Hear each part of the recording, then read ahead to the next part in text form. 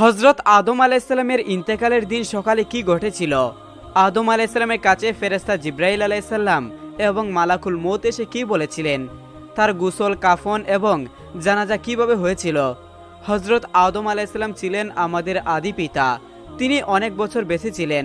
তার বয়স যখন 1000 বছর হলো, কোনো কোনো বর্ণনার মতে তার বয়স যখন 950 বছর হলো, তখন তিনি শারীরিকভাবে দুর্বলতা অনুভব করলেন। তার শরীরে অনেক ধরনের রোগ দেখা দিল। একদিন তার বেহেশতের মেয়াফল খাওয়ার খুব ইচ্ছা হলো। তিনি তার সন্তানদেরকে ডেকে মেয়াফল সংরক্ষণের আদেশ দিলেন। তার সকল সন্তান মেয়াফল সংরক্ষণ করার জন্য বাড়ি থেকে বের হয়ে গেল। শুধুমাত্র হজরত শীষ আলাইসাল্লাম পিতার সেবা যত্ন করার জন্য থেকে গেল। অনেকদিন অতিবাহিত হওয়ার পরেও তারা কেউ যখন ফেরত আসলো না, তখন আদম আলাইসাল্লাম শীষ আলাইসাল্লামকে বললেন, তোমার ভাইয়েরা হয়তো কোথাও মেয়াফল খুঁজে পায়নি, তাই তারা ফিরে আসতে পারছে না।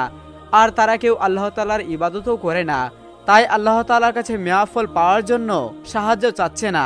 তুমি অমুক পাহাড়ের চূড়ায় উঠে আল্লাহ তাআলার কাছে মেয়া চেয়ে নাও, আল্লাহ তোমাকে সাহায্য করবেন। তখন শীষ আলাইসাল্লাম বলেন, নিশ্চয়ই আল্লাহ তাআলার দরবারে আমার চেয়ে আপনার মর্যাদা অনেক বেশি। তাহলে আপনি আল্লাহর কাছে মেয়া প্রার্থনা করলে অবশ্যই তিনি তা কবুল করবেন। আদম আলাইসাল্লাম বললেন, আমি বেহেশতে থাকার সময় আল্লাহ তাআলার আদেশ না শুনে গন্ধম খেয়ে অনেক বড় পাপ করেছি, যার জন্য আমি অনেক বেশি লজ্জিত বোধ করছি। তাই আমি আমার নিজের জন্য কিভাবে আল্লাহ তাআলার কাছে মেয়াফল চাইব? কিন্তু তুমি আল্লাহ তাআলার কাছে অনেক বেশি পবিত্র এবং নিষ্পাপ, আর আমার সকল সন্তানদের মধ্যে তুমি সবচেয়ে উত্তম। নিশ্চয়ই আল্লাহ তাআলা তোমার চাওয়া পূর্ণ করবেন। তখন শীষ আলাইসাল্লাম তার পিতার দেওয়া বর্ণিত পাহাড়ের চূড়ায় গিয়ে উক্ত মেয়াফলের জন্য প্রার্থনা শুরু করলেন। আল্লাহ তাআলা তার প্রার্থনা কবুল করে নিলেন। হজরত জিব্রাইল আলাইসাল্লামকে নির্দেশ দিলেন যেন তিনি বেহেশতের সর্ব উত্তম নিয়ামতকে সোনার খাঁচায় ভরে জুরি খচিত ডাকনা দিয়ে ডেকে সবচেয়ে রূপসী হুরের মাথায় তুলে তাকে আদমের কাছে পাঠিয়ে দাও। আদম আলাইসাল্লামের শরীর দিন দিন আরো বেশি দুর্বল হয়ে যাচ্ছিল। তার জীবনের শেষ সময় এসে গিয়েছিল। একদিন তিনি তার সর্ব উত্তম পুত্র শীষ আলাইসাল্লামকে ডেকে বললেন, হে আমার পুত্র, মনে হয় খুব শীঘ্রই আমি পৃথিবী থেকে বিদায় নিব। তাই তুমি আমার সকল সন্তানদের যে যেখানেই থাকুক না কেন সকলকে সংবাদ দিয়ে আমার সামনে হাজির করো। আমি তাদেরকে আমার সর্বশেষ নসিহত করে যেতে চাই। শীষ আলাইসাল্লামের ডাকে সাড়া দিয়ে সকল সন্তানেরা তাদের পিতা আদম আলাইসাল্লামের কাছে শিহরে উপস্থিত হলো। তিনি সকলকে উদ্দেশ্য করে বললেন, আমি হয়তো খুব শীঘ্রই তোমাদের মাঝ থেকে বিদায় নিব, তাই তোমাদের কিছু উপদেশ দিয়ে যাচ্ছি। তোমরা সবাই আল্লাহ তাআলার আদেশ মেনে চলবে। তোমরা পরস্পরের মধ্যে ঝগড়া করবে না, একে অন্যের সাথে মিলেমিশে চলাফেরা করবে। একজনের বিপদে অন্যজন এগিয়ে আসবে এবং সকলে পরামর্শ করে সে বিপদের মোকাবেলা করবে। তোমরা শীষ আলাইসাল্লামের পরামর্শ অত্যন্ত মন দিয়ে শুনবে এবং মন দিয়ে মেনে চলার চেষ্টা করবে। তোমরা অবশ্যই মনে রাখবে, শীষ আলাইসাল্লাম আল্লাহর প্রিয় একজন বান্দা। আমি তাকে আমার স্থানে অভিষিক্ত করে যাচ্ছি, কারণ সে তোমাদের থেকে শিক্ষায়, জ্ঞানে, বুদ্ধিতে সেরা। আদম আলাইসাল্লামের সকল সন্তানেরা তার কথা এক বাক্যে মেনে নিল এবং সকলেই তার আদেশ পালনের প্রতিশ্রুতি দিল। এরপর তিনি শীষ আলাইসাল্লামকে ডেকে বললেন, হে আমার প্রিয় পুত্র, এই পৃথিবীতে তোমরা যে কোনো সময় পা পিছলে যেতে পারো। ইবলিস তোমাদের সবসময় পথভ্রষ্ট করে দেওয়ার চেষ্টা করছে, কখনো তাকে তোমার উপর বশবর্তী হতে দিবে না। তোমার সন্তানদেরকেও সাবধান করে রাখবে, তাদের বারবার নসিহত করবে যেন তারা পাপ থেকে বিরত থাকে। আমি তোমাদের সকলের জন্য মহান আল্লাহ তাআলার কাছে দোয়া করছি। এরপর তিনি তার পুত্র শীষ আলাইসাল্লামকে খেলাফত দান করলেন। এর মাঝেই হজরত জিব্রাইল আলাইসাল্লাম এবং মালাকুল মউত এসে হাজির হলেন। আদম আলাইসাল্লাম মালাকুল মউতকে দেখেই বুঝলেন তিনি আর খুব অল্প সময়ের জন্য বেঁচে আছেন। তিনি ফেরেশতাদের যথেষ্ট সম্মান দিলেন।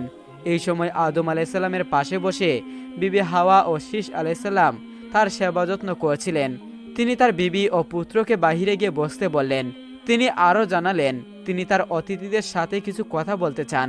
বিবি হাওয়া ও শীষ আলাইসাল্লাম বাহিরে চলে গেল। তখন মালাকুল মউত আজরাইল আলাইসাল্লাম বললেন, হে মানব জাতির পিতা আদম, আপনি হয়তো বুঝেই গিয়েছেন আমি কেন এসেছি। আমি বেশিক্ষণ এখানে উপস্থিত থাকতে পারবো না। যান কবজ করে নিয়ে যেতে আল্লাহ তাআলা আমাকে আদেশ করেছেন। এখন আপনি অনুমতি দিলে আমি আমার কাজ শুরু করতে পারি। আদম আলাইসাল্লাম তখন বললেন, আমি আমার প্রভুর কাছে যেতে সর্বদাই প্রস্তুত আছি, আপনি আপনার দায়িত্ব পালন করুন। আজরাইল আলাইসাল্লাম যখন যান কবজ করার জন্য উপবিষ্ট হলেন, তখন জিব্রাইল আলাইসাল্লাম আজরাইলকে বললেন, আপনি অত্যন্ত যত্ন সহকারে আদম আলাইহিসসালামের জান কবজ করুন। আল্লাহ তাকে নিজ হাতে বানিয়েছেন, তাই তার যেন কোনো কষ্ট না হয়। আজরাইল আলাইহিসসালাম যত্ন সহকারে জান কবজ করলেন।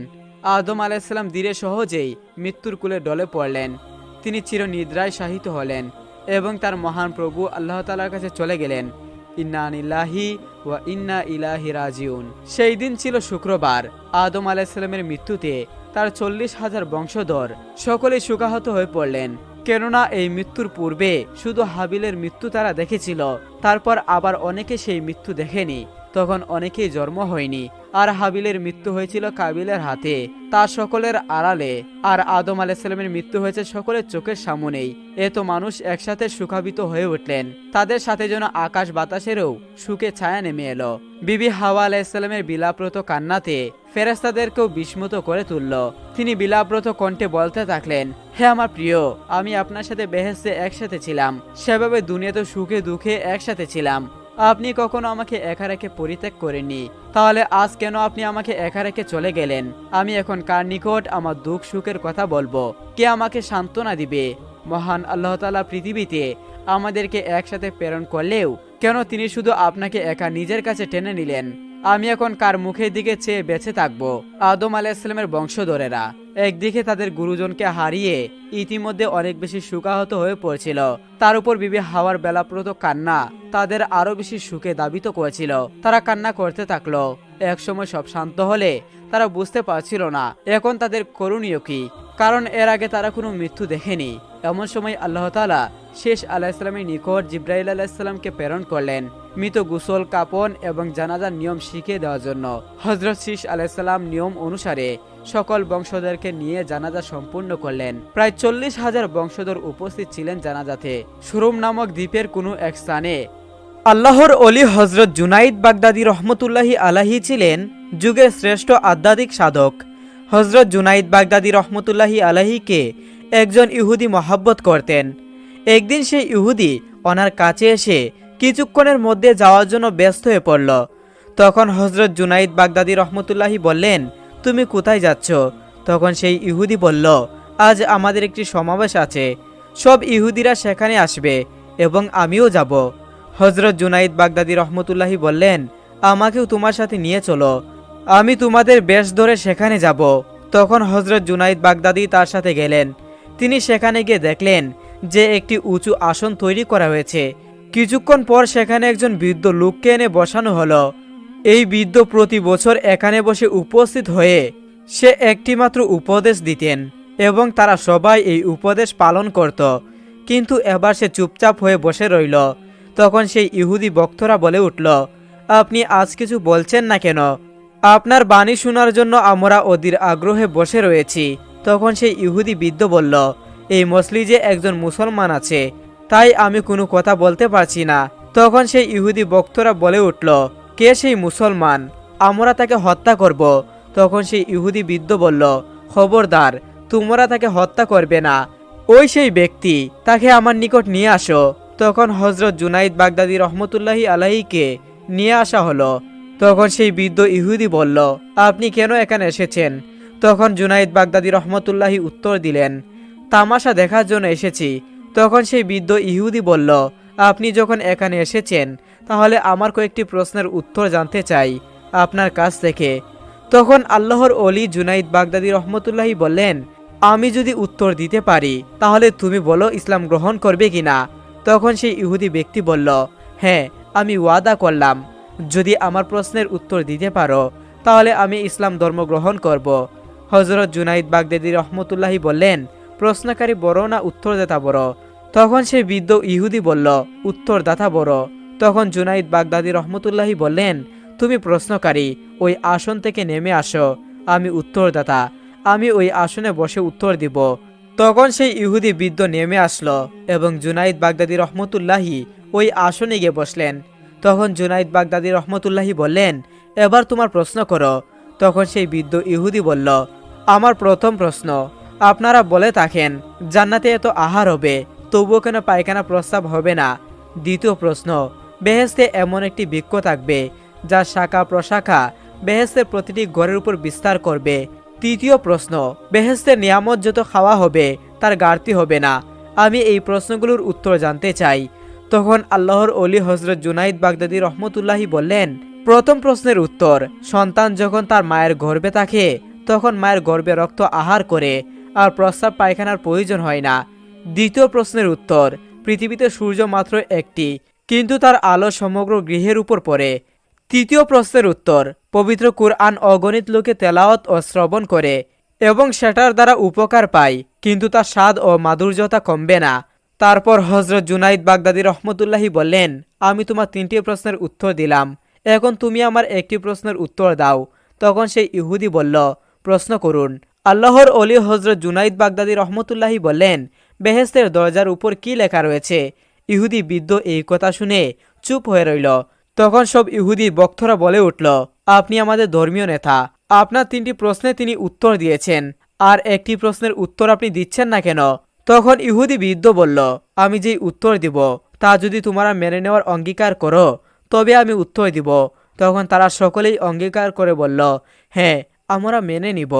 তখন ইহুদি বৃদ্ধ বলল, বেহেস্তের দরজার উপর লেখা আছে, লা ইলাহা ইল্লাল্লাহু মুহাম্মাদুর রাসূলুল্লাহ সাল্লাল্লাহু আলাইহি সাল্লাম। এই কথা শুনে সকল ইহুদিরা জুনাইদ বাগদাদি রহমতুল্লাহির হাতে কালেমা পড়ে মুসলমান হয়ে গেল এবং ইসলামের সুশীতল ছায়ায় আশ্রয় গ্রহণ করল। একজন নেককার বান্দা পাহাড়ের গুহায় দিনরাত আল্লাহ তাআলার দেনে মগ্ন থাকতেন। মহান আল্লাহ রব্বুল আলামিন তার খাওয়া দাওয়ার একটি গাছের মাধ্যমে করে দিয়েছিলেন। মহান আল্লাহ রব্বুল আলামিন তার ইবাদতে এতটাই খুশি ছিলেন যে তার ইবাদতখানার পাশে একটি ডালিম গাছকে জন্ম দিয়েছিলেন। আল্লাহ রব্বুল আলামিন এভাবেই সেই ডালিম গাছের খাবার দাবারের ব্যবস্থা করতেন, যেসব প্রতিদিন সেই গাছের নিচে 3টি করে ডালিম পেত, আর সেই নেককার বান্দাটি সেই ডালিমগুলো খেয়ে নিত এবং আল্লাহ তাআলার ইবাদতে মশগুল হয়ে যেত। এভাবে তার দিন কাটতে লাগলো। সেই নেককার বান্দাটি ভাবল যে এগুলো আমার রিজিক, আমি এভাবেই খাবার দাবার করব আর শুধুমাত্র আল্লাহ রব্বুল আলামিনের ইবাদতে মশগুল থাকব। একদিন আল্লাহ রব্বুল আলামিন তার পরীক্ষা নিতে শুরু করলেন, কেননা যারা আল্লাহ রব্বুল আলামিনের নেক বান্দা হয়ে থাকেন, যারা আল্লাহ রব্বুল আলামিনের ইবাদত করে থাকেন, আল্লাহ তাআলা তাদেরকে পরীক্ষা নিয়ে থাকেন। একদিন এমন ঘটল যে সেই ডালিম গাছে আর ডালিম ধরল না। একদিন কেটে গেল, সে ধৈর্য ধারণ করল। দ্বিতীয় দিন আল্লাহ তাআলা সেই গাছে ডালিম দিলেন না। তখন সেই নেককার বান্দাটি ধৈর্য ধরল। তৃতীয় দিনেও তার সঙ্গে এমনটাই ঘটল। মহান আল্লাহ রব্বুল আলামিন তার থেকে ডালিমের নিয়ামতকে বঞ্চিত রাখলেন, কেননা তার প্রভু তার পরীক্ষা নিচ্ছিলেন যে আমার বান্দা আমার উপর কতটা ভরসা রাখে। সে আমার কাছে চাই না অন্যজনের কাছে গিয়ে চাইতে শুরু করে। আর তখন সেই ব্যক্তি অনেকটা ক্ষুধার্ত হয়ে পড়েছিল আর সে অনেক ভয় পেতে শুরু করলো। সে আল্লাহ তাআলার কাছে না চেয়ে লোকদের কাছে চাওয়ার জন্য বেরিয়ে পড়ল। যখন সে তার ইবাদতের জায়গা থেকে বেরিয়ে আসলো তখন সে একটি বাড়ি দেখতে পেল। সেই বাড়ি একজন মুসলমান ছিল, কিন্তু সেই মুসলমান ছিল একজন চোর। আল্লাহ তাআলা তো দূরের কথা, সে আল্লাহ তাআলার বান্দাদেরকেও পছন্দ করত না, অর্থাৎ তাদের জিনিসপত্র চুরি করত। সে শুধু নামমাত্র মুসলমান ছিল, তার ভিতরে এমন কোনো আমল ছিল না যার জন্য তাকে ভালো মুসলমান বলা যেতে পারে। যাই হোক, সেই নেককার বান্দাটি ভাবল, আমি সেই মুসলমানের বাড়িতে গিয়ে খাবার চাই, কিন্তু বাদ দেই, চুর হয়েছে তাতে কি হয়েছে? এ সময় তো আমি অনেক ক্ষুধার্ত, আর এ সময় আমাকে সে সাহায্য করতেই পারে, কেননা এছাড়া আশেপাশে অন্য কোনো বাড়িঘর নেই। তাই এই কথা চিন্তা করে সেই নেককার ব্যক্তি তার ঘরের দরজায় গেল আর গিয়ে আওয়াজ দিল। চোর তখন দরজা খুলে জিজ্ঞাসা করল, তুমি কে? কোথায় থেকে এসেছো? তোমার কি প্রয়োজন? তখন সেই নেককার ব্যক্তি বলতে লাগলো, সামনে যে পাহাড়ের গুহাটি রয়েছে, আমি সেখানে থেকে আল্লাহ রাব্বুল আলামিনের ইবাদত করি। অনেক দিন ধরে আমি সেখানেই থাকছি। আল্লাহ তাআলা আমার জন্য সেখানে ডালিমের গাছ সৃষ্টি করে দিয়েছেন, আর সেই ডালিম গাছ থেকে ডালিম খেয়ে আমি আমার পেট ভরতাম। কিন্তু 3 দিন ধরে সেই ডালিম গাছে আর ডালিম ধরছে না, তাই আমি ক্ষুধায় কাতর হয়ে গেছি। তখন ভাবলাম যে তুমি আমাকে সাহায্য করতে পারো, কেননা আমি অনেক ক্ষুধা অনুভব করছি। যদি খাবার কিছু থাকে তাহলে তুমি আমাকে দিয়ে দাও, আমি অনেক ক্ষুধার্ত। তার কথা শুনে চোরের মনের মধ্যে না জানে কি খেয়াল আসলো। সে বলতে শুরু করলো, আমি আমার কুকুরের জন্য 4টি রুটি রেখেছি, যদি তুমি সেগুলো খেতে চাও তাহলে বলো, আমি তোমাকে সেগুলো দিতে পারি। তখন সেই নেককার ব্যক্তিটি এতটাই ক্ষুধার্ত ছিল যে সে বলল, হ্যাঁ নিয়ে আসো, আমি সেগুলো খেয়ে নিব। তখন চোর তাকে সেই রুটিগুলো দিল এবং নেককার বান্দা সেখান থেকে বাহিরে যেতে লাগলেন। ইতিমধ্যে চোরের কুকুরটি আবিদের উপর চিৎকার করলো। তখন নেককার বান্দাটি চিন্তা করলো, হয়তো আমি তার রুটি নিয়ে নিয়েছি, এর জন্য সে আমার উপর ক্ষুধান্বিত হয়েছে। তাই তখন সেই নেককার ব্যক্তিটি একটি রুটি কুকুরকে দিয়ে দিল। একটি রুটি খেয়ে কুকুর আবার ঘেউ ঘেউ শুরু করতে লাগলো। তখন সে দ্বিতীয় রুটিটি কুকুরকে দিয়ে দিল। দ্বিতীয় রুটিটি খাওয়ার পরেও কুকুরটি ঘেউ ঘেউ করতে লাগলো। এখন সে তার তৃতীয় রুটিটিকে কুকুরকে দিয়ে দিল। যখন কুকুরটি তৃতীয় রুটি খেয়ে ফেললো, তখন সে আবার ঘেউ ঘেউ শুরু করলো। সেই নেককার ব্যক্তিটি ভাবতে শুরু করলো, যদি আমি এই রুটিটি দিয়ে দেই তাহলে আমি কি খাবো। তখন সেই আবেদ ব্যক্তিটি রেগে গিয়ে সেই কুকুরকে বলতে লাগলো, তুমি এতটাই বেশরম ও লোভী যে আমি তোমার মালিকের কাছে এই রুটিগুলো ভিক্ষা চেয়ে নিয়ে নিয়েছি। তুমি আমাকে রুটিগুলো খেতে দিচ্ছ না, বরং তুমি 3টি রুটি পূর্বে খেয়ে নিয়েছ, আর এখন যে চতুর্থ রুটিটি বেঁচে আছে এটি তো কমপক্ষে আমাকে খেতে দাও।